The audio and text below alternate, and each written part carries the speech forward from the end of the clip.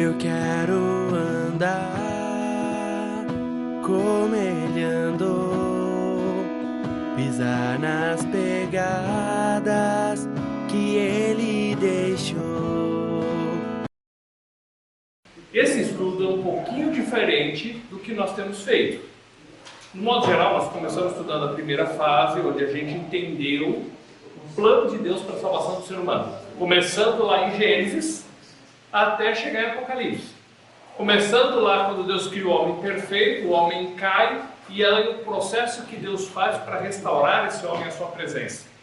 E a promessa, a certeza que Deus dá da vida eterna.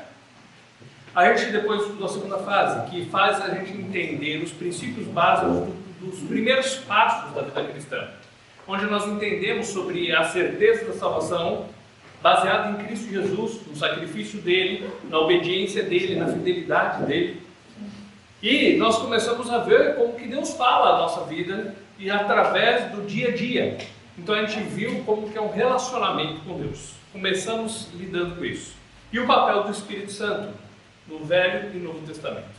Depois a gente estudou o livro de Atos e depois a gente estudou de Romanos a Apocalipse. Não todos os versos, mas a grande maioria deles, com a ideia de uma visão geral do livro, para quando você puder sentar ali para ler a sua Bíblia, você entender o que a Bíblia diz. E agora nós vamos estudar algo prático para a nossa vida. Algo para o nosso dia a dia, sobre a nossa... como nós vamos agir, como nós vamos pensar, como nós vamos reagir em situações à luz do que a Bíblia ensina. Tudo que nós vamos estudar é baseado no que as Escrituras dizem. Agora, nada é meu. Na verdade, quando a gente estuda, tudo a gente recebe de alguém, né? Então eu começo a estudar a Bíblia há 50 anos atrás com a minha mãe me ensinando lá na cama quando eu era uma criança. Isso me influenciou. Meu pai, os ensinamentos que ele me dava, isso influenciou. Depois eu faço cursos. E tem uns cursos muito interessantes nessa área de coisas práticas para o dia a dia. São o Conflitos da Vida, que é esgotado, não se acha mais, é muito difícil de achar. Um outro, que aí é mais fácil um pouco, é o Autoconfrontação, e tem um nome difícil, mas a ideia é o seguinte: você vai confrontar a sua vida à luz do que as Escrituras dizem. Então, você vai ler as Escrituras e você vai falar: será que isso é uma realidade na minha vida? Será que eu estou agindo dessa forma? O que eu preciso melhorar? Então você começa a confrontar a si mesmo, as suas intenções à luz do que a Bíblia diz. Todos esses cursos influenciaram bastante a construção do que nós vamos estar estudando. Livros que foi lido. Então, por que eu falo isso? Para a gente saber que a gente, quando começa a estudar, a gente vai aprendendo, e depois a gente acaba compartilhando esse aprendizado com as pessoas, mas nada é novo. Né? Alguém que diz, eu descobri algo novo, geralmente é heresia.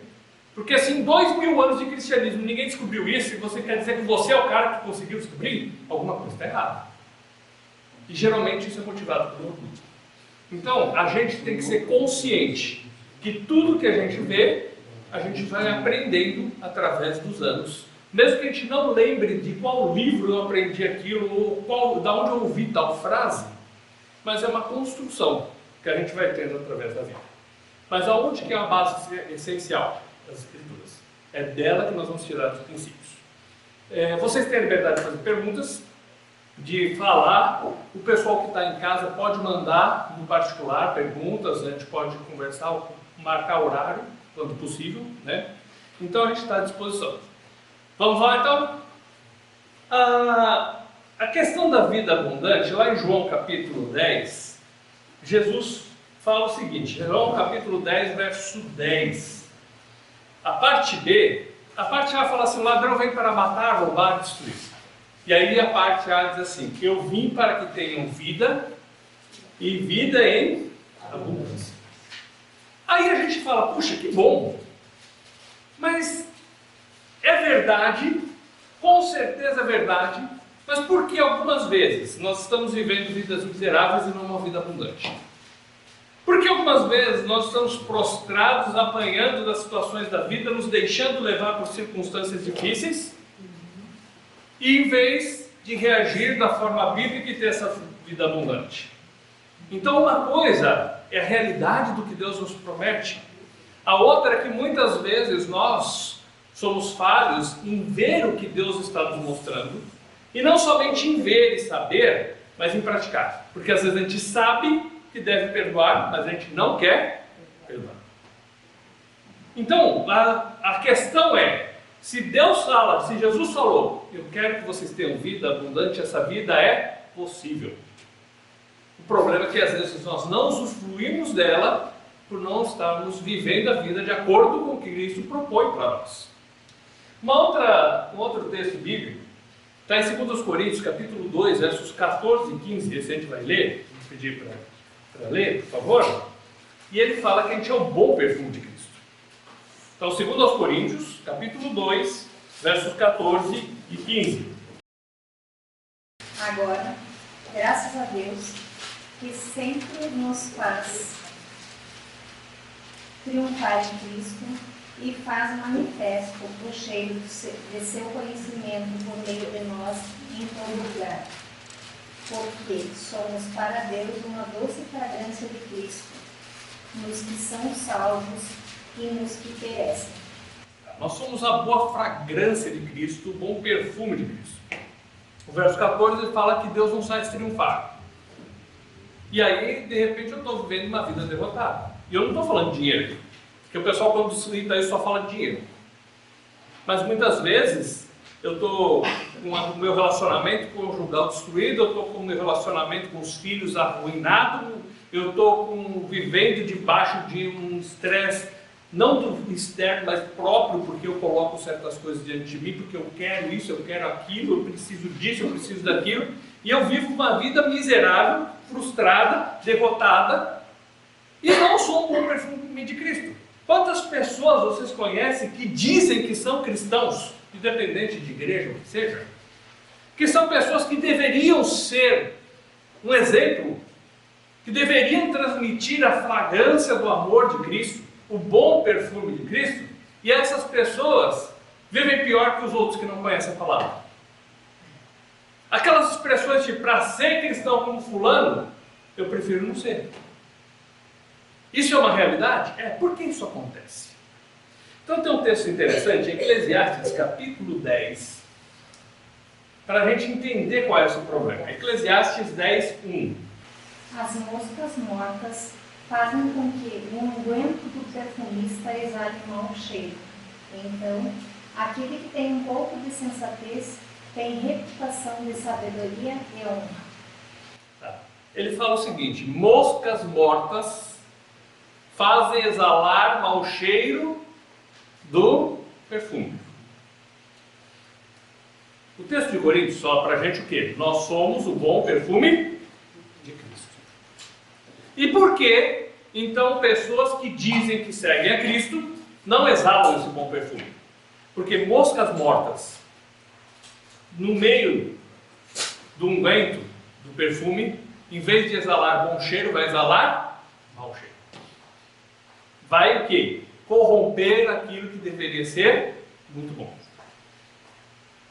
Então, à vista disso, a gente vai entender o seguinte, que o problema é que a Bíblia nos coloca verdades importantes, a Bíblia coloca diante de nós promessas como vida abundante e sermos o bom perfume de Cristo e vivermos triunfando em Cristo Jesus, mas isso não se torna realidade por causa das moscas mortas. Não no literal, mas o que? Existem coisas nas nossas vidas que acabam corrompendo aquilo que deveria ser bom. Então nós precisamos identificá-las e trabalhar esse assunto, tirar das nossas vidas, para o quê? Para poder exalar esse bom perfume. Mas qual é o âmago do problema? Onde começa esse problema? Porque já aconteceu com você assim, eu nunca mais vou gritar com você, meu bem. Consegue manter? Nunca mais eu vou pensar isso ou vou fazer aquilo. E a gente às vezes não consegue. E nós tentamos mudar. Mas muitas vezes a gente não consegue. A gente tenta mudar de fora para dentro. A gente tenta mudar a aparência. A gente tenta mudar o que os outros estão vendo de nós. Mas o que Deus quer propor para nós dentro da sua palavra é que a gente deve ir na raiz do problema, no âmago. É ali que vai ser a transformação genuína. Então, qual que é o âmago do problema? Vamos em Marcos capítulo 7, versos 21 a 23.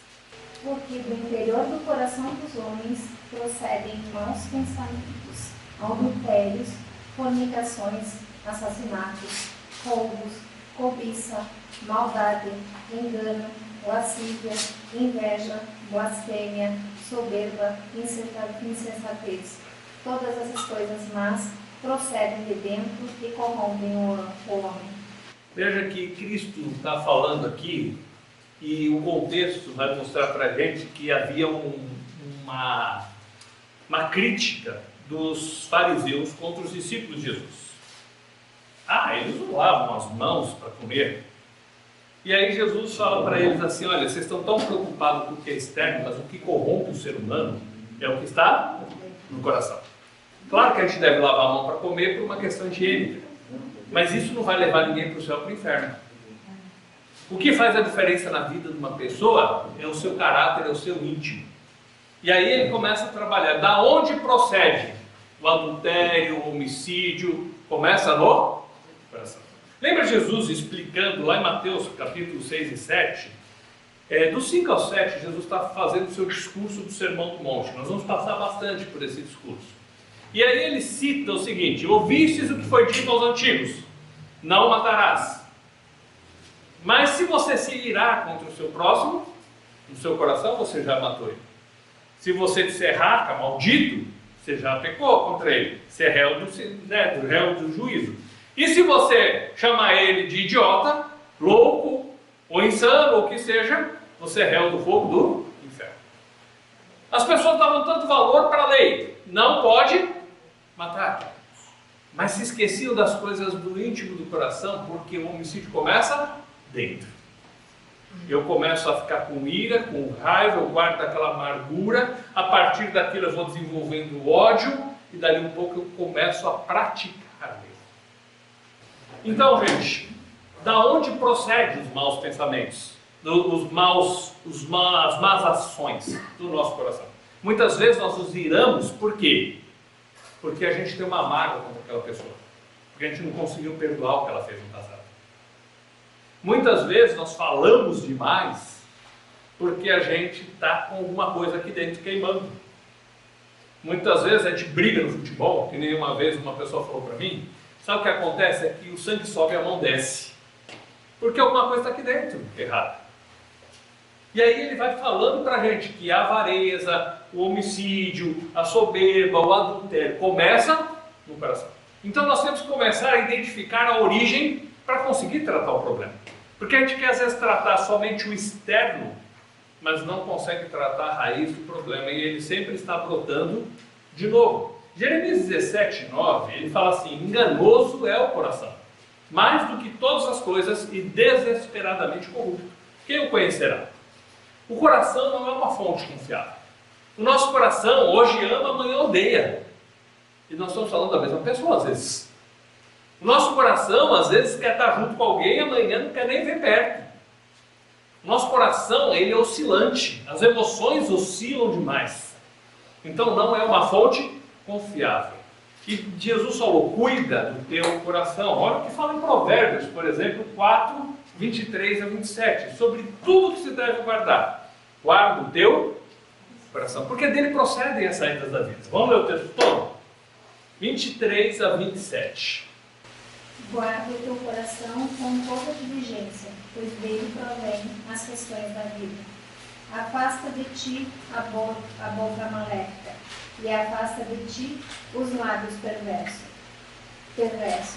Que os teus olhos olhem para a frente, e que as tuas pálpebras olhem reto diante de ti. Pondera a vereda de teus pés, e que todos os teus caminhos sejam estabelecidos. Não te vires nem para a direita, nem para a esquerda. Remove o teu pé do mal. Veja que é interessante que ele cita: cuida com a sua boca, cuida com os seus olhos, cuida com os seus passos, certo? Tudo que é externo. Mas antes ele fala: a origem é o coração. Sobre tudo que se deve guardar, guarda o teu coração. Porque é dali que saem as fontes da vida. É isso que alimenta o que eu vou olhar. É o desejo interno que alimenta para os lugares onde eu vou. A maneira como eu vou tentar me conduzir. Então, o desafio para nós, sobre tudo que se deve guardar, guarda o teu coração. Isso encaixa perfeitamente com o que Jesus disse. Da onde procedem os maus desígnios? Da onde procedem as coisas erradas? Do coração. E Mateus, vamos abrindo ali, Mateus capítulo 6, versos 21 a 23. Veja que a grande maioria desses textos, durante os outros estudos, a gente olhou, mas agora a gente está juntando eles para abordar esses assuntos. Mateus 6, 21 até o 23. Pois onde estiver o vosso tesouro, aí estará também o vosso coração. A luz do corpo é o olho. Portanto, se o teu olho for puro, todo o teu corpo será cheio de luz. Se, porém, o teu olho for mau, todo o teu corpo será cheio de trevas. Se, portanto, a luz que estiver em ti for trevas, como será grande as trevas? Aí ele fala, onde está o teu tesouro, vai estar o teu coração. Isso daí mostra o seguinte, tem coisas que para nós têm valor, e para outros não. O que a gente considera importante, o nosso coração está arraigado ali. Se a gente considera importante o dinheiro, vai ser ali que vai estar o coração. Se a gente considera importante o que os outros pensam de nós, é ali que vai estar o nosso coração. Se a gente considera importante status social, é isso que a gente vai brigar. E pensa que nessas horas, então, a gente começa a entender certas atitudes que nós temos. Por que que eu brigo? E aí eu começo a pensar, eu brigo quando não é feita a minha vontade. Então onde está o meu tesouro? Tem que ser do jeito que eu quero.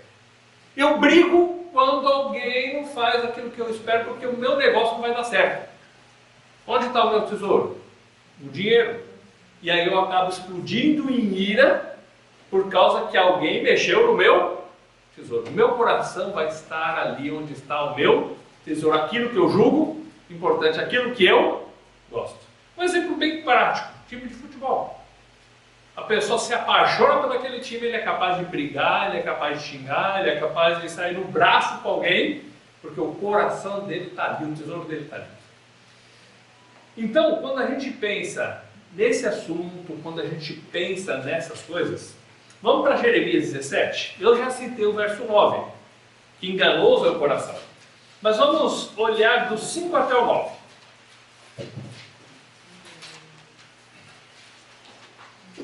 Jeremias, capítulo 17, versículo 5 até o 9. Assim diz o Senhor: amaldiçoado seja o homem que confia no homem e torna a carne o seu braço, e cujo coração afasta-se do Senhor. Pois ele será como um arbusto no deserto e não verá quando o bem chegar. Porém, habitará os lugares secos no deserto, em uma terra salgada e não habitada. Abençoado é o homem que confia no Senhor e cuja esperança é o Senhor. Pois ele será como uma árvore plantada próximo às águas, e que estende as suas raízes até o rio, e não verá quando o calor chegar.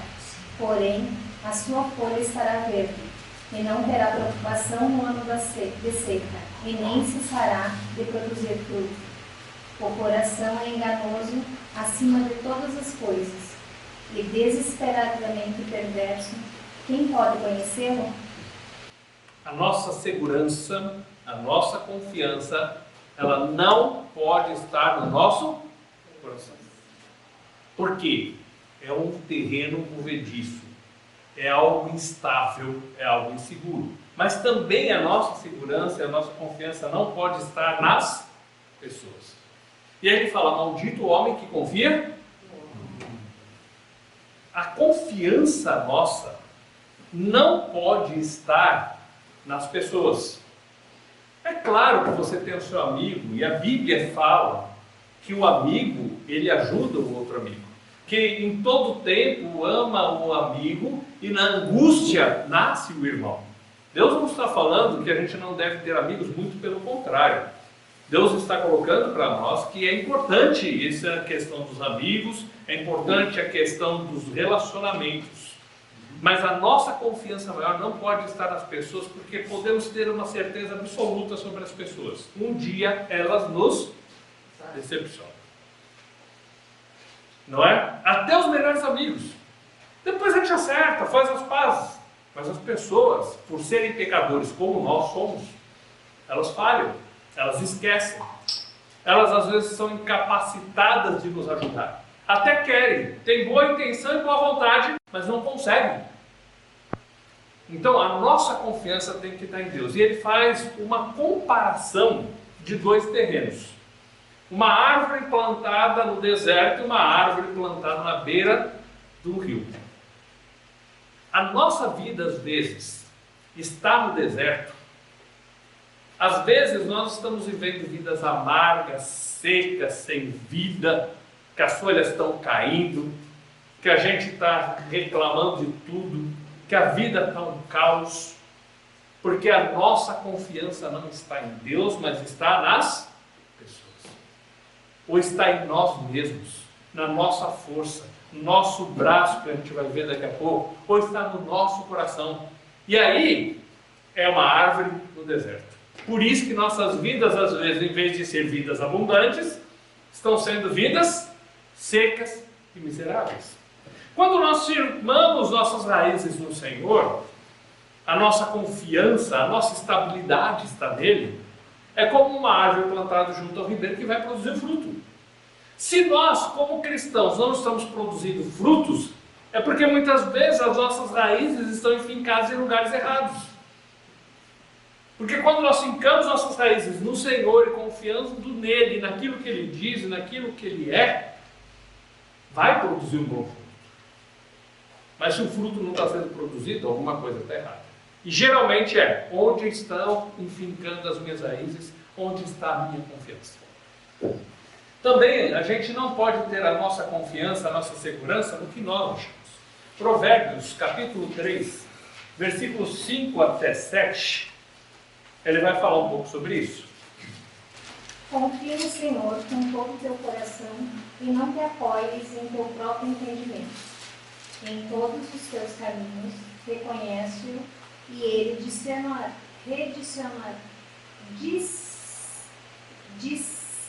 direcionará as tuas veredas. Não sejas sábio aos teus próprios olhos. Teme ao Senhor e afasta-te do mal. Então ele fala assim, confia no Senhor e não se estribe, não se apoie no seu próprio entendimento. Quem aqui nunca se enganou? Se enganou sobre uma pessoa. Puxa, pensei que ele era uma pessoa confiável e não é. Se enganou em algum negócio. Pensei que o negócio ia dar certo, me quebrei. Se enganou no caminho que estava seguindo. Em vez de virar para a esquerda, virou para a direita. O Waze travou, você não sabe mais para onde vai. Então, nós não podemos também estabelecer nossas convicções e nossa direção de vida naquilo que nós achamos. Mas tem que ser naquilo que seja algo seguro. Então, qual que é o lugar seguro para a gente estabelecer nossas vidas? Então, tem um guia seguro que Deus nos deu, que é a palavra de Deus, que ela não muda. As pessoas mudam, as pessoas erram, o nosso coração oscila, as nossas convicções mudam, o que os outros falam para a gente muda, o que a ciência hoje, amanhã não é. Aí você fala, como assim? Vou dar um exemplo. Quem tem mais de meio século que nem eu, pegou várias fases, né? E tinha uma fase que você não podia comer ovo, senão você ia morrer. Ovo era um veneno. Hoje manda comer até uma dúzia por dia. Teve a fase que se você tomar café, vai ser horrível para a sua vida. Hoje manda tomar um monte de xícara por dia. Teve a fase que você não deveria comer manteiga nem banha, mas cozinhar com óleo de soja e com margarina. Hoje, porque senão você entupir suas veias. Hoje está dizendo que o que é saudável? A manteiga e a banha de porco, e não a manteiga, a margarina e o óleo de soja. E tudo isso era considerado o quê? Ciência. Nós precisamos ter um guia mais seguro e mais estável. E a palavra de Deus é imutável. Ela dá segurança para a gente. Ela é o manual do fabricante. Deus nos fez. Deus nos criou, corpo, alma, espírito. Ele conhece o nosso íntimo. Ele sabe como nós pensamos, como nós reagimos. Nós podemos nos enganar aos outros, nos enganar a nós mesmos, mas a Deus a gente não vai conseguir nunca. Então Deus, sabendo de tudo, nos deixa um guia seguro para nos ajudar a saber como agir. Para que a gente chegue ao ponto de realmente colocando em prática o que essa palavra diz, nós tenhamos uma vida abundante e sejamos um bom perfume. Então essa palavra que ele deixou para a gente, lá em 2 Timóteo capítulo 3, versos 16 e 17, esse texto fala para a gente que ela aperfeiçoa as nossas vidas. Ou seja, é ela que vai nos ajudar a sermos diferentes. Nós não conseguimos por nós mesmos. Nós não conseguimos pelo que nós achamos. Mas existe um meio seguro que vai nos ajudar a mudar de vida, mudar nossas atitudes. 2 Timóteo capítulo 3, versos 16 e 17. Toda escritura é dada pela inspiração de Deus e é proveitosa para a doutrina, para repreender, para corrigir, para instruir em justiça, para que o homem de Deus seja perfeito e perfeitamente instruído para toda boa obra. Veja que a palavra que Deus deixou para a gente é perfeita. E aqui o termo perfeito tem aquele sentido de completo, ou seja, é suficiente. Ela tem tudo que nós precisamos. O guia é completo. Deus tem resposta para os nossos dilemas. Veja que o assunto aqui não é assuntos orgânicos, problemas físicos. Não é queda de cabelo, ou dor de cabeça, ou dor no pé. O assunto é Deus conhece a nossa essência. E Deus tem resposta para os dilemas da nossa vida. Tem pessoas que às vezes estão passando por depressão por um problema hormonal. Um descontrole hormonal. Isso é clínico. Isso é físico. Mas tem pessoas que às vezes estão com depressão porque não quer perdoar o outro. Isso é espiritual. Então existe essa diferença. E Deus entende o lado clínico. Mas Ele tem um guia para nós, para nos aperfeiçoar. Ela que nos corrige. Ela que mostra para nós que nós estamos errados. Quantas vezes, ao ler a Bíblia, ou ao ouvir uma mensagem, ou ouvir um estudo, você está no meio daquilo e você fala assim, puxa, isso daqui veio no meio dos dedos. Isso daqui parece que alguém contou minha vida. Tem algum dedo duro por aí. Porque a palavra, ela vem de encontro com as nossas necessidades. E o Deus que nos anima, dizendo que Ele nos dá vitória. O Deus que diz que Ele acalma a tempestade. O Jesus que diz, eu estou contigo todos os dias, também Ele diz, você está errado, você precisa mudar. Então a palavra ela é tão completa que ela tem dias que nos traz o alento, que nos traz o ânimo, que nos traz força, que nos traz esperança. E tem dias que ela vem nos dedos e fala assim, ó, você precisa mudar. Você precisa ser mais manso. Você tem que mudar a maneira como trata o seu cônjuge. E vem como um tapa na cara. E é simplesmente quando você lê a palavra de Deus. Ela corrige as nossas vidas. Ela nos aperfeiçoa. E o fato de conhecê-la, de saber e de colocar seus princípios em prática, nossa vida começa a ser aperfeiçoada, transformada pelas convicções que ela traz para nós.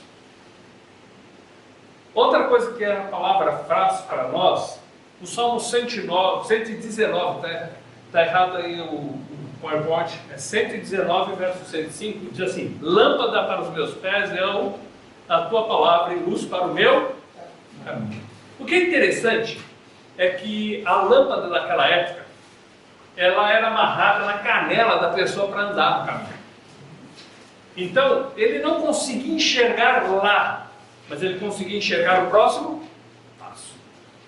A palavra de Deus, ela nos ajuda a iluminar os passos que nós temos que dar no dia a dia. É ela que abre os nossos olhos e nos mostra o perigo. Não pise aqui que tem um buraco. Não pise aqui que tem uma cobra. Ande por ali que é o caminho melhor. A direção correta é essa aqui. É a palavra que vai abrindo nossos olhos para que a gente entenda, para que a gente saiba as coisas certas e saiba o caminho que devemos andar. O Salmo 119 também, verso 11, fala assim: escondi a tua palavra no meu coração para não pecar contra ti.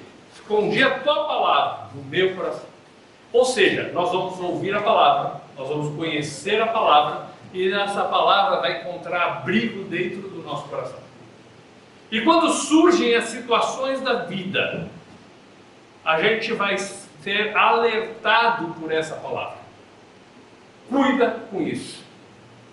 E ela vai nos ajudar a não agir da forma errada. Eu vou fazer um negócio. Parece muito bom. Só que eu tenho a pulga atrás da orelha. Porque eu vou ter que ser fiador de um cara ali, mas eu vou ganhar bem. Só que se o cara não pagar, eu vou perder minha casa, meu carro e perco o casamento se não perder a vida, porque a mulher vai matar depois. Mas por quê? A Bíblia está lá com aviso. A palavra está no meu coração. E na hora que eu vou fazer algo, então vem aquele sinal de alerta. Calma aí, tem um sinal de alerta aqui. Deus me avisa para tomar cuidado com situações assim. Quando vem a ira, eu quero pegar alguém pelo pescoço. Aí eu lembro que fala lá em Efésios capítulo 4, 5, ali, capítulo 4, que fala assim: não dê lugar à ira. Quer dizer, dá lugar, deixa ela passar. Irai-vos e não pequei. Veio a ira, mas isso não te dá o direito, não nos dá o direito de pecar. Tem um texto que a gente vai abordar ele várias vezes. Eu vou só citá-lo agora, nem está no PowerPoint. É quando Caim é avisado sobre o seu problema. Lá em Gênesis capítulo 4, Deus fala para Caim, antes de Caim matar Abel. Caim ficou irado, lembra? Descaiu-lhe o semblante. E aí Deus fala assim: o pecado está à porta, e cabe a ti nos dominar. O pecado está ali o tempo todo. Acho que não foi uma boa ideia, mas... o pecado está ali o tempo todo. Está batendo na porta. Se o cara quer trair a mulher, está cheio de oportunidade. Se a mulher quer trair o marido, está cheio de oportunidade. Se você quer ficar irritado, está cheio de oportunidade. O pecado está ali o tempo todo, batendo na porta. Agora eu não posso me escorar, jogar nas costas e falar assim: o diabo tem também, é assim a vida. Deus fala para Caim: você tem a responsabilidade de dizer não. O pecado vai estar batendo na porta, mas não abra a porta para ele. Então, quando a gente guarda a palavra no nosso coração, ela vai nos prevenir de muitos problemas na nossa vida e vai nos ajudar a não pecar contra o Senhor. O próprio Salmos, agora vamos no Salmo 19, nós vamos ler vários versos, nós vamos ler um por vez, tá? Salmo capítulo 19, ele fala muitas coisas que a palavra vai produzir e vai fazer nas nossas vidas. Esse é o nosso guia seguro, que nos ajuda a não pecar contra o Senhor, que nos ajuda a saber o caminho a seguir, que aperfeiçoa a nossa vida. Mas ela faz muito mais que isso. Salmo capítulo 19, versículo 7 primeiro. A lei do Senhor é perfeita, convertendo a alma. O testemunho do Senhor é certo, tornando os sábios dos simples. Os estatutos do Senhor são retos, alegram o coração. O mandamento do Senhor é puro, ilumina os olhos. Vamos parar por aqui, senão depois a gente vai ter que voltar todos. Olha só, verso 7, a lei do Senhor é perfeita, completa, sem falha, sem defeito, suficiente, funciona, dá certo. E aí, o primeiro efeito dela na nossa vida, traz refrigério para Quantas vezes nós vamos na palavra e ali vem aquela palavra que traz o ânimo, o alívio que a gente precisa para aquele momento de dor. Então a palavra, ela serve para nos aperfeiçoar, para nos livrar do pecado, para mostrar o caminho, mas também para trazer refrigério para a nossa alma. Ela também dá sabedoria aos simples. Por quê? Porque quando eu conheço, eu sei o que ela diz, eu estou tendo atenção para o pecado, para coisas erradas, e eu vou evitar esses erros, e eu vou evitar esses problemas, eu não vou cair em certas armadilhas. O conhecer a palavra me livra de problemas e ele me dá sabedoria. O versículo 8 fala que os preceitos do Senhor são retos, nunca mudam, estáveis, e o que eles fazem? Alegram o coração. Às vezes, o mundo nos faz chorar, os problemas nos fazem chorar, mas a gente encontra alegria dentro do Senhor. A gente encontra alegria no coração, mesmo que as lágrimas estejam nos olhos. Mas na internet, em tempos de internet, o Instagram e o Face e o que seja de redes sociais mostra muito sorridente, bebendo as lágrimas do coração. Exatamente o contrário. É muito fácil colocar uma vida feliz lá nas redes sociais. Agora, viver uma vida feliz é outra coisa. Tem muita gente que coloca a vida perfeita lá, mas a realidade é outra, bem diferente. E o Senhor está falando para a gente, quando você vai na palavra, não importa o que o mundo esteja oferecendo em volta, o Senhor traz alegria ao nosso coração. O conhecer a Ele, o relacionar-se com Ele. Muitas pessoas vivem vidas miseráveis porque não vão para a palavra. Muitas pessoas estão no deserto porque não vão para a palavra. Muitas pessoas não têm alegria para nada porque não buscam a palavra.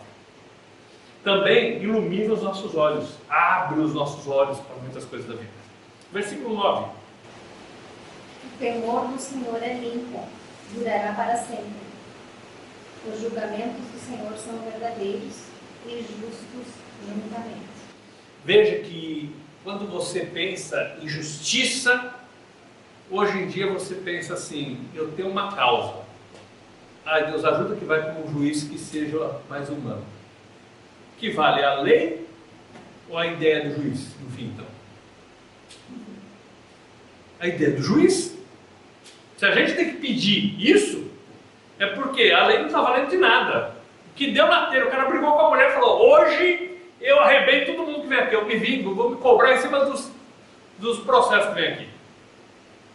O que vale realmente é o que permanece. E Deus está falando o seguinte, que aquilo que Ele disse não muda por causa do meu amigo, não muda por causa da circunstância, não muda porque eu quero que seja diferente. Ele permanece para sempre.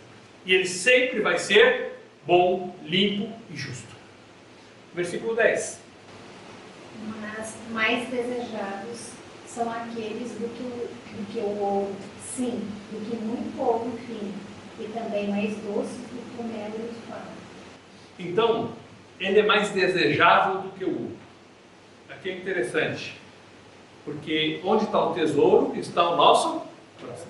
Se o que eu mais desejo é o ouro, é dinheiro, quando alguma coisa não der certo, eu vou ficar frustrado, irado, deprimido, e a minha vida vai ser o caos. E de quem está em volta também. Agora, ele fala o seguinte, o meu maior desejo, o que realmente satisfaz a minha vida, não é o ouro, é a palavra do Senhor. E quem está falando isso era um cara rico, que era Davi.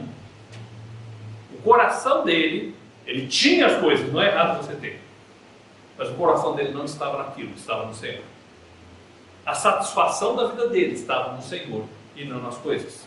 E ele fala, é mais doce do que o mel, ou seja, é na palavra que eu encontro aquilo que satisfaz a minha alma, que me ajuda no meu dia a dia. Versículo 11.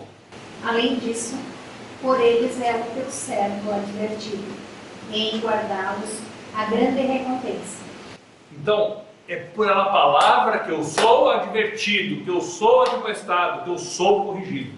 Ele fala, essa palavra, ela me traz refrigério, ela me traz ânimo, ela alegra o meu coração, ela ilumina os meus olhos, é mais desejável do que o ouro, do que o mais doce do que o mel, mas ela me corrige. E nós temos que aprender a olhar para a palavra e buscar nela também o quê? Correção. Nós vamos falar um pouquinho, no final, acho que dá tempo, no final a gente vai falar um pouquinho sobre o relacionamento com Deus. E quando a gente vai ler a palavra, tem algumas perguntas que são importantes para a gente fazer. E uma delas, tem alguma coisa que eu preciso mudar? Tem alguma atitude que tem que ser diferente? Tem alguma lição que Deus quer me ensinar? Porque a gente busca promessas. Ah, o Abraão foi rico. Ah, eu vou ser rico também. Mas quando Deus diz, olha, cuida com o teu pecado. O pecado está na porta e cabe a te dominá-lo, essa parte a gente nem lembra que está na Bíblia. Então, a palavra que traz refrigério, ânimo, força, alegria, também ela nos corrige. E ele fala assim, eu quero ser corrigido pela palavra. E é isso que nós precisamos para a nossa vida. Deus, eu estou aqui para ser corrigido pelo Senhor, para ser admoestado, para ser transformado pela tua palavra. Aí, versículo 12. Quem pode entender seus erros, purifica-te tu das falhas secretas. Quem pode entender os seus erros? Já aconteceu com você, comigo, de que a gente chega e fala assim, por que eu fiz isso? Por que eu falei desse jeito? Já aconteceu? Quem pode entender os seus próprios erros? E aí ele fala, pior ainda, é que tem coisa que eu faço e nem percebi que eu fiz. Porque nem sei que estou fazendo errado. Deus me ajuda, porque eu não estou enxergando os meus erros. Eu não entendo porque eu faço certas coisas. Lembra Paulo lá em Romanos 7, quando a gente estudou? Capítulo 6 está falando da transformação de vida, nós vamos passar por lá, que a gente deve ter uma vida renovada pelo Senhor, que a gente deve se considerar mortos ao pecado. E aí no 7 ele fala, eu luto contra o pecado. Miserável homem que sou. E aqui Davi está falando também, Deus, como que eu estou fazendo isso? Como que eu posso entender meus erros? Olha o que eu estou fazendo na minha vida.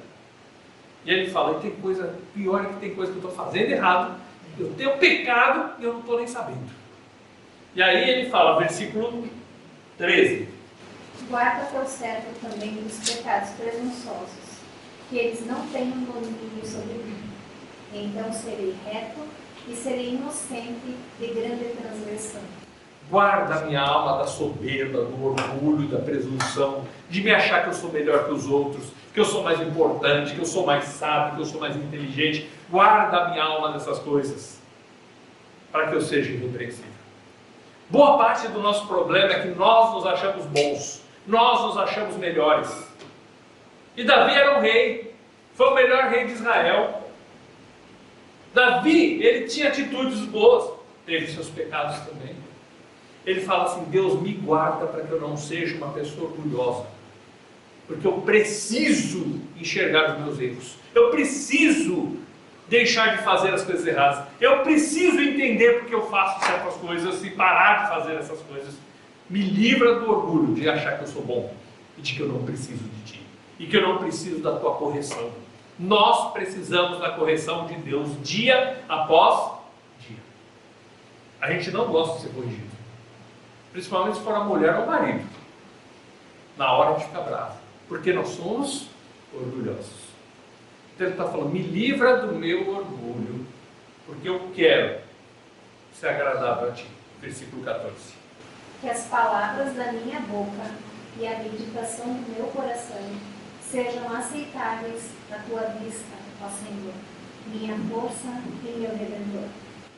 Aí ele fala, então, me livra do meu orgulho, me ajuda a entender os meus pecados, me ajuda a parar de fazer o que eu estou fazendo de errado, me ajuda a enxergar o que eu estou fazendo de errado, me livra do orgulho, porque eu quero que aquilo que eu falo e aquilo que eu medito, que eu penso, sejam agradáveis ao Senhor. E aí ele pensa que ele vai conseguir isso como? Assistindo Netflix todo dia, o tempo todo.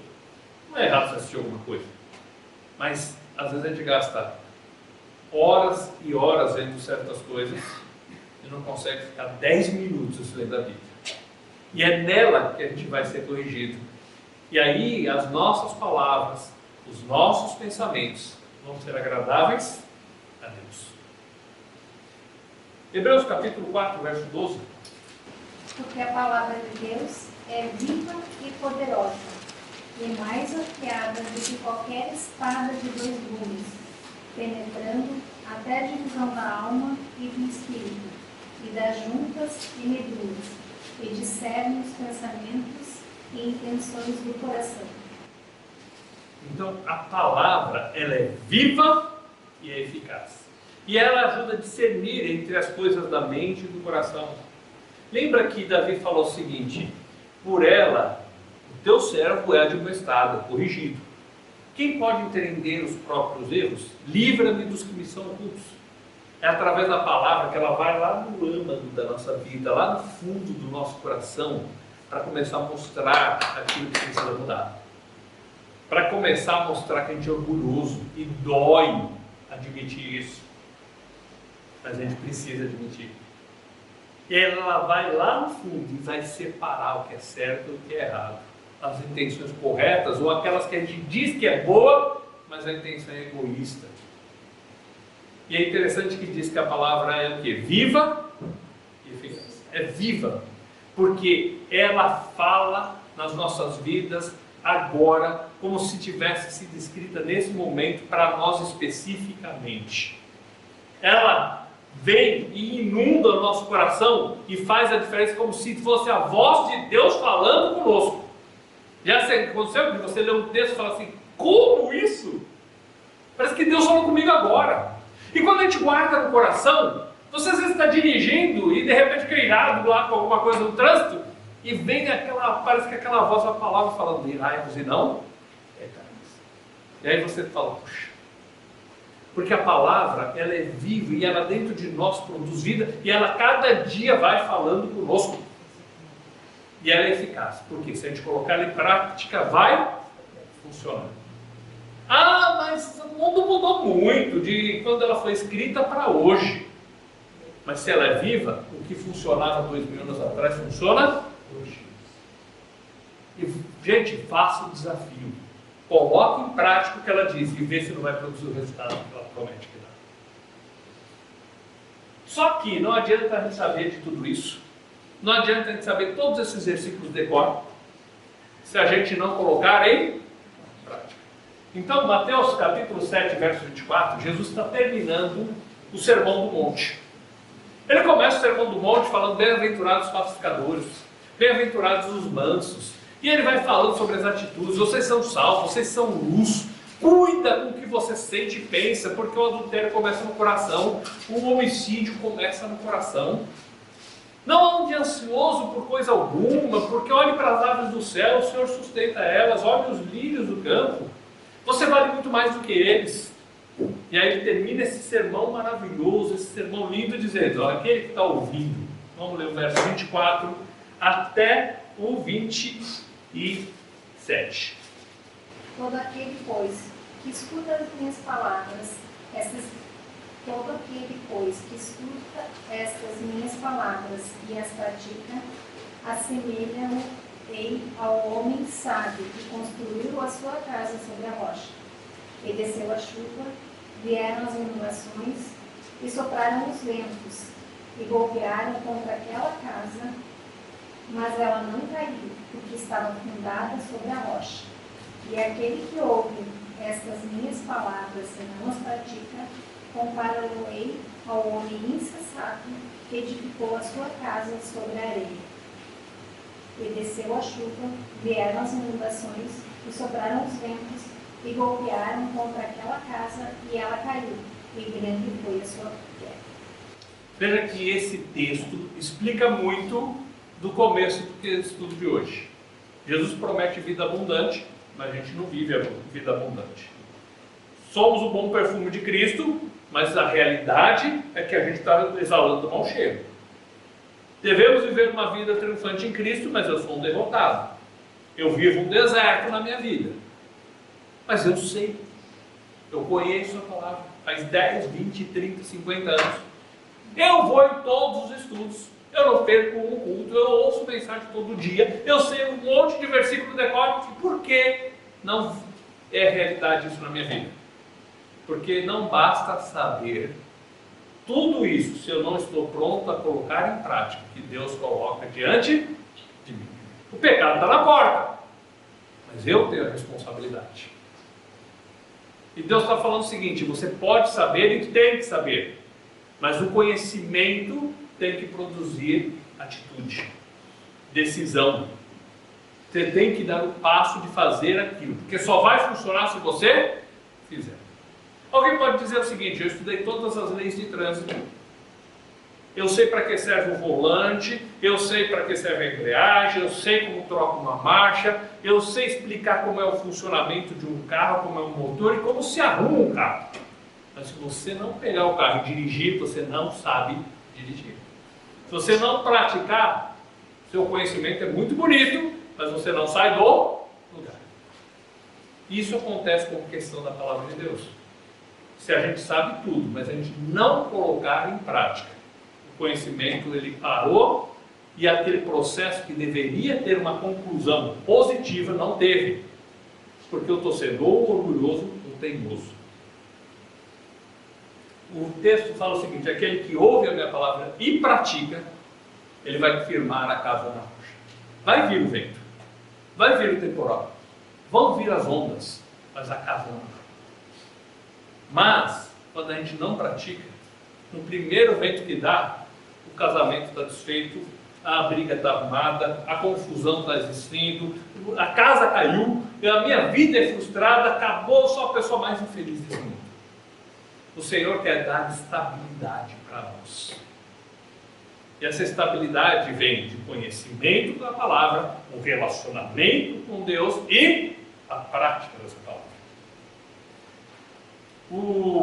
Para mostrar, para terminar esse ponto e a gente entrar na próxima parte, para ilustrar como que é importante a palavra de Deus nas nossas vidas, uma vez eu estava dando estudo na aldeia, foi 3 semanas seguidas, explicando tudo isso com mais coisas e mais detalhes. E aí chegou uma altura que terminou e a gente abriu um tempo de discussão, para alguém colocar alguma coisa. E aí uma pessoa falou o seguinte: eu queria dizer para vocês que a palavra de Deus é igual a gasolina. E aí alguns talvez já ouviram essa ilustração. Fiquei pensando, onde vai chegar isso, né? Aí ele falou: você pode ter um carro velho igual o meu, você pode ter um carro mais ou menos, que não é do Valdir, você pode ter um carro chique, igual o fulano lá, e citou um exemplo de um que tinha uma BMW. Se você não pôr gasolina num carro, ele não sai do lugar, ele não serve para nada. A palavra de Deus também é que nem a gasolina. Se a gente não tiver ela na nossa vida e se não praticarmos ela, a gente não sai do lugar. Bom, veja que nós temos falado então sobre uma questão estável, um guia estável, seguro para a transformação da nossa vida, para que a gente possa ter essa vida abundante e possa exalar um bom perfume de Cristo. E isso não está na nossa confiança, no nosso coração, na nossa pessoa, nas pessoas, outras pessoas, está na firmeza da palavra. Então, tem um convite que Cristo dá para nós, em Mateus 11, 28. Vinde a mim, todos que estáis cansados e sobrecarregados, e eu vos aliviarei. O que acontece aqui? Que ele está falando o seguinte: a vida vai trazer sofrimento, muitas vezes, não vai?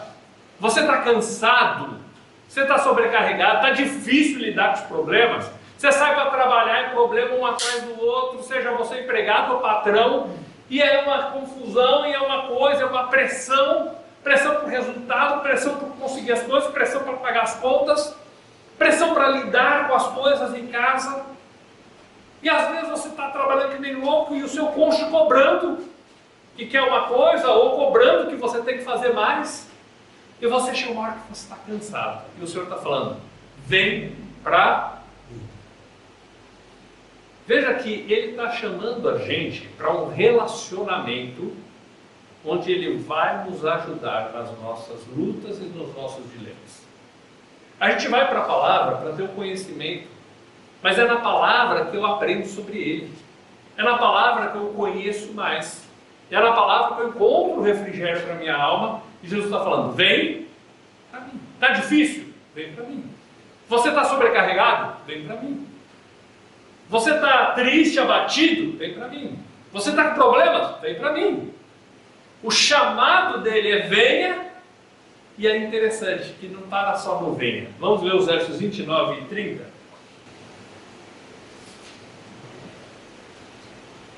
Tomai sobre vós o meu jugo e aprendei de mim, pois eu sou manso e humilde de coração, e encontrareis descanso para as vossas almas, porque o meu jugo é suave e o meu fardo é leve. Tá. Então, ele fala o seguinte: vem para mim e tomai sobre vós o que? O meu jugo. Quando a gente não entende o que é jugo, a gente acha, poxa, eu já estou sobrecarregado, ele pega e joga mais uma coisa para mim, diz que o fardo é leve. Eu já não estou aguentando, ele vai pôr mais um. Mas o que ele fala é o seguinte: o jugo é a canga. E quem é do interior sabe o que é uma canga, né? Quem, pelo menos os antigos, hoje só sabe o que é trator, né? A canga vai 2 bois nela. E um boi e o outro andando juntos vão produzir o trabalho que precisa ser feito. Alguns antigos tinham a prática até assim: pegavam um boi mais chucro, colocava do lado do boi acostumado e o andar junto ensinava como ele deveria se portar na canga. Jesus está falando o seguinte: não trabalhe mais sozinho, não puxe mais o arado sozinho, não puxe a carroça sozinho, eu estou aqui do lado. Em vez de você continuar tentando viver do seu jeito, em vez de você continuar puxando sozinho e sofrendo e sobrecarregado e com dor e difícil, vem do meu lado e vamos juntos puxar. Veja que a vida cristã não é uma promessa de uma vida sem problemas. Aqueles slogans que são usados por igreja: pare de sofrer, vem aqui e os seus problemas são resolvidos, você não vai ter mais sofrimento, não aceite os problemas. Isso não é real. O Senhor promete para nós que nós passamos por lutas, mas o diferencial é que não passamos mais sozinhos. Ele está conosco. No dia bom, Ele está conosco. No dia difícil, Ele está conosco. Na hora da alegria, Ele está ali. Mas na hora da tristeza, Ele está ali. Então Ele está falando: vamos andar juntos. É um convite para andar junto. E andando junto, vocês vão aprender de mim. Veja que a transformação, ela só vai ser produzida a partir do relacionamento onde eu vou para Ele e ando junto com Ele. Onde eu vou para Ele e busco nele e na sua palavra aquilo que pode produzir a diferença. E Ele fala assim: vamos andar junto e você vai aprender de mim, que sou manso e humilde. Ninguém, naturalmente, é humilde. Todos nós somos orgulhosos. Às vezes, alguns evidenciam isso, querendo mostrar o que tem, ostentar, falar que ele é melhor que os outros.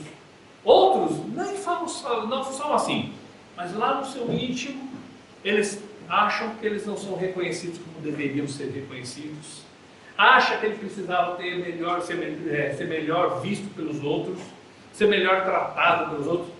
No fundo, todos nós somos orgulhosos. Todos nós pensamos de nós mais do que nós somos. Todos nós queremos ser vistos e reconhecidos pelos outros. Não é assim? Naturalmente não somos humildes. E só vamos aprender a humildade andando com Cristo. Naturalmente nós brigamos pelo que nós queremos. Não é errado se você foi logrado num negócio, você entrar na justiça para conseguir o seu dinheiro de volta. Não é isso que está falando. Mas naturalmente nós queremos brigar pelo que nós achamos. Talvez você não brigue na rua porque você tem medo de apanhar. Mas às vezes a gente faz isso em casa. Às vezes não gritando, mas castigando o outro com silêncio. Isso é uma forma de ira também ou não? Eu estou bravo, então eu vou te castigar. Naturalmente nós somos orgulhosos, nós somos irados, nós queremos fazer prevalecer a nossa vontade. Agora o Senhor está falando: vamos trilhar por um caminho diferente. E o meu caminho você vai andar junto comigo. E andando junto comigo, você vai aprender a ser manso e humilde. E aí, quando você aprender, você vai achar descanso para a sua alma. Às vezes nós não temos descanso na nossa alma por causa do nosso orgulho. Não temos descanso na alma porque tem que prevalecer o que nós queremos. E é por isso que nós sofremos. E é por isso que a vida é ruim. E por isso que nada está bom. E por isso que a gente reclama de tudo. E Jesus está falando, aprendei de mim, sou manso e humilde, e aí você vai encontrar descanso, pessoal. Tem um outro exemplo na Bíblia, e a gente não está no slide, mas a gente vai ler lá. Vamos em Gênesis. Algo que aconteceu com Abraão. Lá, capítulo 17. Gênesis 17, versículo 1. Quando atingiu Abraão a idade de 99 anos, apareceu-lhe o Senhor e disse: eu sou o Deus Todo-Poderoso, anda na minha presença e ser perfeito. Será que Deus estava pedindo algo para ele fácil ou difícil? Vamos pensar aqui, o que Deus pediu de Abraão? Seja o quê? A gente consegue ser perfeito? Será que o que Deus estava pedindo, será que era possível? Então, antes de dizer e ser perfeito, ele começa dizendo, anda, o imperativo está ali, anda na minha presença. Esse é o imperativo. Qual a consequência de você andar na minha presença? Eu vou aperfeiçoar a tua vida. O Senhor nos chama a andar perto dele. E a consequência do andar com Ele é que Ele vai nos corrigir, Ele vai nos admoestar, Ele vai nos aperfeiçoar, vai nos animar quando precisa, vai trazer refrigério para a nossa alma, vai trazer alegria para o nosso coração, mas Ele também vai nos corrigir quando precisa. Então Ele vai aperfeiçoar a nossa vida. E é interessante que esse verso vem depois de Abraão ter cometido um erro. 13 anos antes, Abraão arrumou um filho que era Ismael. A Sara que mandou. Mas ele podia ter dito? Não. Então, erro da Sara, erro do Abraão. Pecado está à porta, mas cabe a ti dominar. Não dá para apontar, eu gritei porque você fez isso. Eu falei porque você falou. Não, eu tenho que assumir o meu erro. E aí Deus fala com Abraão, 13 anos depois, e aí logo que Deus fala assim, Abraão, anda na minha presença e ser perfeito. Talvez Abraão estivesse pensando, Deus, eu fiz uma bobagem. Eu devia ter esperado no Senhor. A Sara tem ciúme da Agar. A Sara tem o ciúme do relacionamento com Ismael. Olha as consequências que eu estou sofrendo. Talvez estivesse assim. E Deus fala, anda na minha presença, é só isso que eu estou pedindo. E eu vou aperfeiçoando você. Nós temos que aprender esse processo que Deus tem para as nossas vidas. O relacionamento com Ele e com a palavra dEle, que é um guia seguro, é que vai trazer o aperfeiçoamento das nossas ações. Outro texto que Jesus cita é Marcos, capítulo 4, versículo 19. E disse-lhes, segui-me e eu vos farei pescadores de homens. Jesus chega, encontra ali os pescadores, Pedro, Tiago, seu irmão André ali, estão ali. E aí o Senhor vira para eles e fala assim, vem atrás de mim e eu vou fazer de vocês o quê? Pescadores de homens. Ou seja, eu vou mudar o rumo da sua vida. Eu vou mudar a sua profissão. Eu vou mudar aquilo que vai ser do seu futuro. Mas o primeiro convite não foi eu vou mudar. Não, eu vou fazer algo com você. O primeiro convite foi o quê? Vinde. E eu vou fazer depois o resto. Às vezes a gente não consegue mudança de vida, de atitude, mudança nos nossos relacionamentos, porque a gente está tentando a gente fazer. Então o Senhor está falando assim, você quer diferença? Você quer ter uma vida diferente, quer ter um relacionamento diferente, quer ter a sua vida transformada, quer ser mais humilde, quer ser mais manso, quer ser uma pessoa melhor, quer que você seja uma pessoa mais contente, quer sair do deserto, quer ser uma pessoa mais satisfeita? não basta você ter conhecimento intelectual e você tentar fazer. Primeiro vem para mim.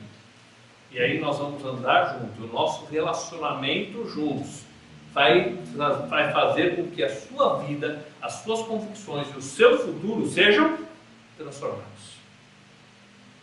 Se eles não fossem através de Jesus, eles nunca seriam pescadores de homens.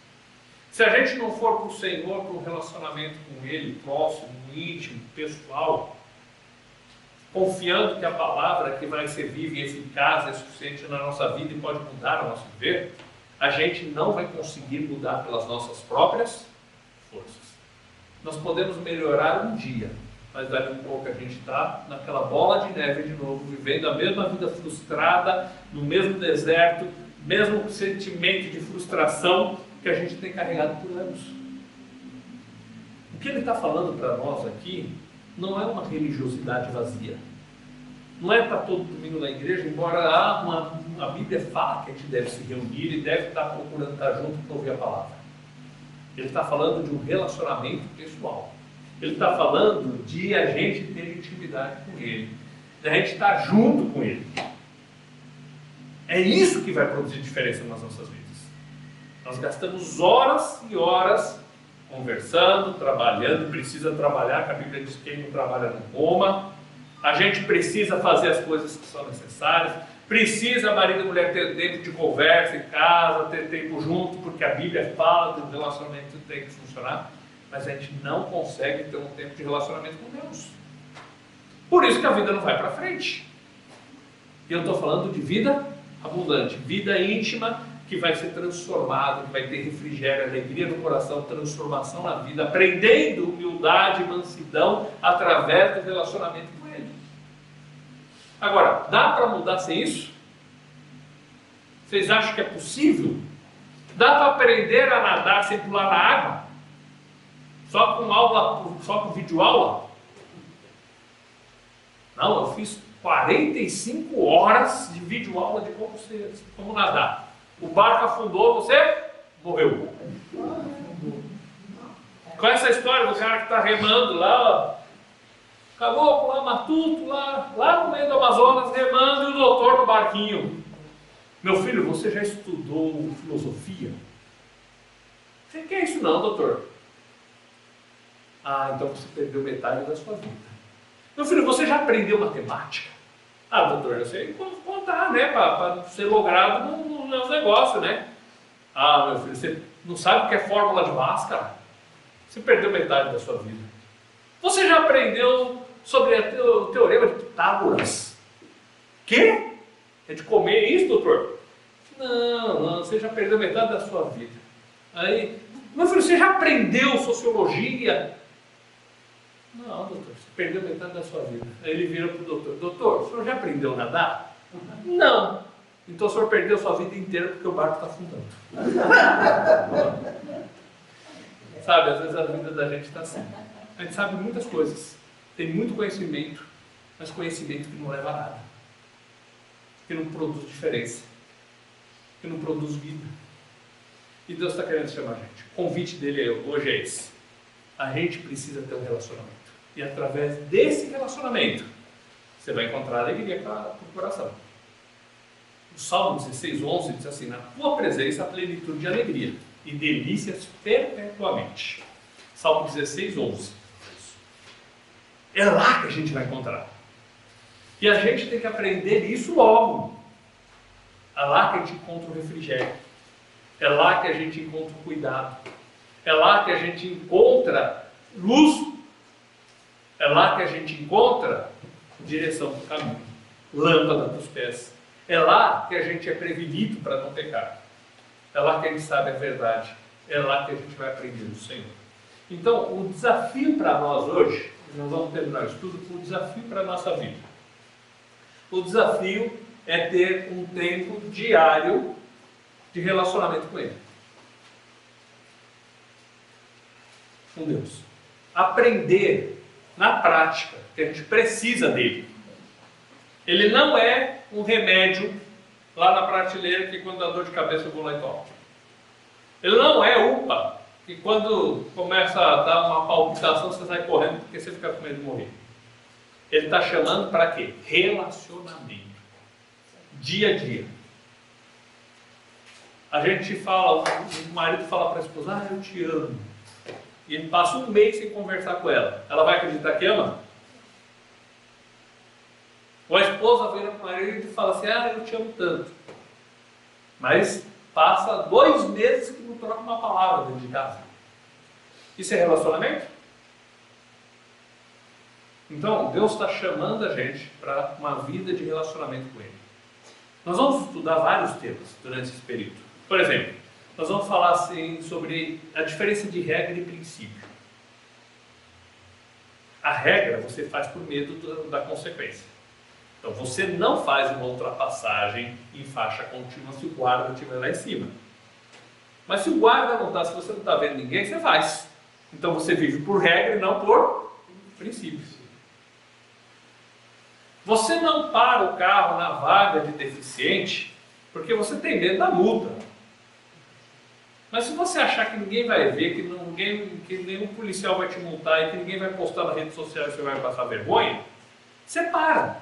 Agora, porque você vive por regra. Agora, se você vive por princípio, você fala assim, uma pessoa deficiente pode precisar disso aqui. Eu não vou parar aqui. Eu tenho as pernas boas para poder andar, então eu paro lá em cima, ando 2 quadras, mas eu não vou para essa vaga. Então nós vamos olhar que a Bíblia é um livro de princípios, muito mais do que as pessoas imaginam que é um livro de regras. A gente vai olhar como lidar quando a vida dá pancada na gente. Como a gente deve agir quando vem isso. A gente vai estudar o que a Bíblia diz sobre quando tudo parece ruim. Como que eu vou agir? Vou me largar nas cordas? Vou ficar chorando nos cantos? Como que eu vou agir? Vamos aprender, dentro do que a palavra diz, como ter uma vida de contentamento. O dinheiro, ele é bom, mas ele é seu servo para fazer as coisas que você precisa, ou ele é o Senhor que manda na sua vida? Então nós vamos passar por princípios bíblicos para a gente olhar o que Deus diz. E aí eu digo para vocês o seguinte, eu preciso cada dia também estar olhando e eu preciso cada dia estar praticando. Porque eu posso esquecer e eu posso errar se eu não praticar. E eu tenho que pedir perdão para Deus e voltar. Então quando eu falo o que está escrito aqui, é porque eu sei que aqui funciona. Mas o Valdir é que nem o Paulo, miserável homem que sou, e que preciso dia após dia ir até a cruz e pedir perdão pelos meus erros, pedir perdão pelo meu orgulho. Senhor, fazer que nem Davi fala, Senhor, por que eu estou fazendo? Quem pode entender os seus próprios erros? Pela palavra eu tenho que ser admoestado. Livra-me do orgulho e ficarei livre de tão grande pecado. Está falando de Davi, está falando de Paulo. É assim a nossa vida. Então, o desafio nosso para essa semana é aprender a desenvolver um relacionamento com Deus, conhecendo o que Ele diz, conhecendo o que a palavra de Deus diz. Então, vamos pegar de forma prática, como isso pode ser feito. Porque também nós temos que olhar que tem que buscar a forma prática. Porque às vezes a gente fala, eu quero, mas não sei como fazer. Então vamos começar com coisa simples. Tira um tempo, pode ser quando você acorda, quando você vai deitar, mas tira um tempo e começa assim, Deus, estou aqui para conversar com o Senhor. Eu quero ter esse tempo aqui nosso. Eu quero aprender do Senhor. Minha vida está assim. Hoje estou bem, estou feliz. Ou não, Deus, minha vida está um caos. Abre seu coração diante dele. Fala com ele. Isso é oração. Depois, pega um texto bíblico, leia e fala assim, Deus, o que eu tenho que aprender aqui? Às vezes não precisa ser um texto muito grande. O livro de Provérbios ele é muito prático. Vai para as cartas em Paulo que são mais fáceis no começo. O livro de Salmos traz esperança, mas alguns deles às vezes tem um fundo histórico que às vezes a gente sofre para entender. Mas às vezes você leu 50 versos, vou chutar alto, 20, mas um deles vem na nossa mente. Deus, o que eu posso aprender aqui? O que eu tenho que mudar na minha vida? Deus, o que isso daqui está ensinando para mim hoje? E aí, ora de novo, Deus, me ajuda a colocar isso em prática. Me ajuda a ser diferente. Me ajuda a mudar. E aí aquela palavra fica dentro da gente. É isso que o Salmo capítulo 1, verso 2 fala assim, na sua lei medita de dia e de noite. Você tem que trabalhar. Como que eu vou ficar o dia inteiro lendo a Bíblia? Mas você ouviu a palavra ficou na sua mente. você está dirigindo ou trabalhando e aquela palavra está falando no coração. Então, vamos aprender a ter esse tempo. E eu ouvi a voz do Senhor que está dizendo: vinde a mim e eu vos farei. Se a gente quer vida transformada, se a gente quer vida diferente, se a gente quer vida abundante, se a gente quer ser um bom perfume, se a gente quer vida vitoriosa, a gente tem que ir para o lugar certo. Vinde a mim e eu vos farei. Então a palavra, ela é viva, ela é eficaz, ela é eficiente, ela pode fazer a diferença na nossa vida. Alguém tem alguma pergunta, tem algum comentário que quer fazer? A gente tem ainda uns 8, 9 minutos. A pergunta é: como que eu posso então ler a Bíblia de uma forma eficaz dentro de casa? Quando a gente tem mais conhecimento, mais tempo, pegar a Bíblia de ponta a ponta e ler 4 capítulos por dia, a gente lê a Bíblia toda no ano. Isso é bom, ótimo. Isso ajuda a gente a ver ela com uma visão geral. Agora, às vezes, a gente está começando nas caminhadas e quando você chega no livro de Levíticos e você chega em alguns livros que vai falando de guerras, você desanima. Então, você pode começar, às vezes, pelas cartas de Paulo. Você pode começar por Provérbios, que são livros mais práticos. E, às vezes, com 2, 3 versículos, aquilo vai vir na sua mente porque são muito práticos.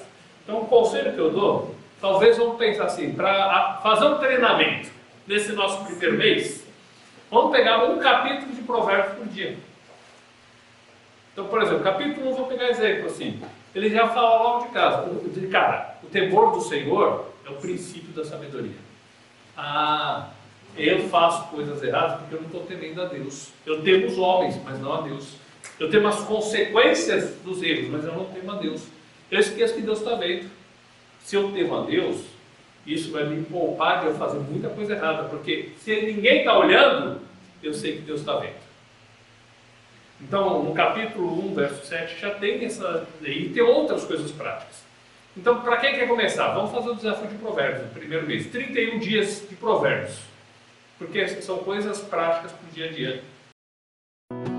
Eu quero andar como ele andou, pisar nas pegadas que ele deixou. Eu quero olhar como ele olhou, olhar sem maldade, com os olhos do amor.